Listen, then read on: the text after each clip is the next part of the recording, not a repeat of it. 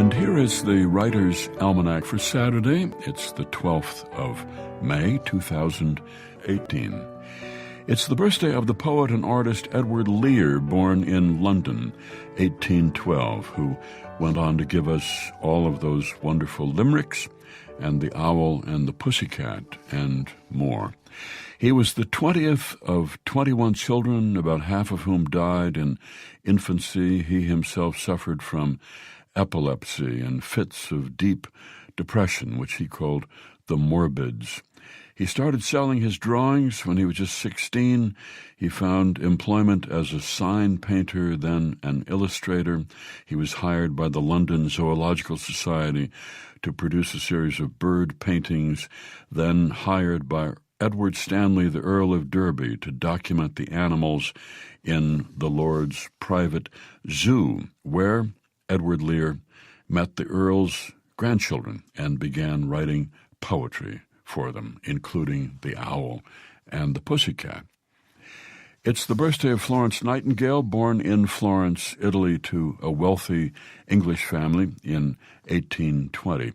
Over her parents' objections, she decided that she wanted to be a nurse. Nursing was a working-class job at the time, and her parents were horrified.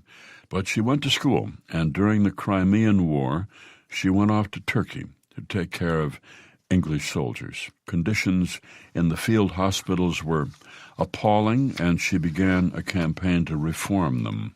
But she thought mistakenly that the high death rates were due to poor nutrition, and it wasn't until after the war that she realized that sanitation was the problem.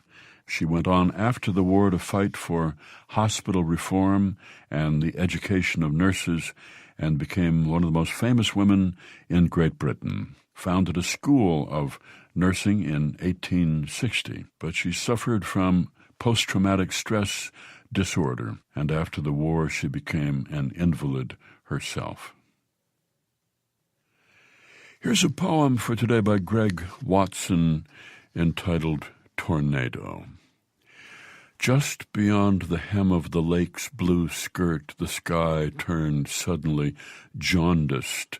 A weighted stillness, not quite your own, descended, and even the black pine and birch hovered motionless in a calm that bore no calmness at all. And for what must have been the briefest of moments, you gazed, a child of 7, transfixed on the sinewy black thread of the storm, its form swaying, tearing the fabric of the horizon, throwing bits of cloud and gravel dust as dogs and kids scurried into the small white cabins, which suddenly looked as though they were made to be thrown all along, something stolen from the set of someone else's epic.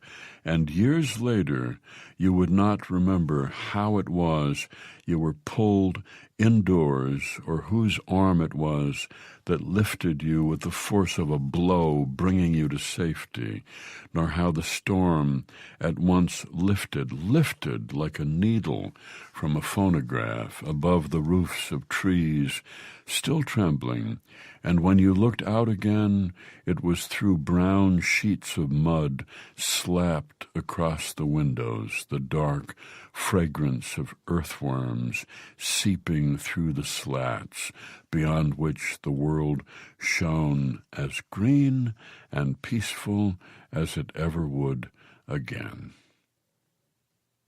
A poem by Greg Watson, Tornado, from All the World at Once, published by Noden Press and used by permission here on the Writer's Almanac, supported by Lumosity, introducing a 10-minute fit test to challenge memory, attention, and problem-solving to calculate baseline scores.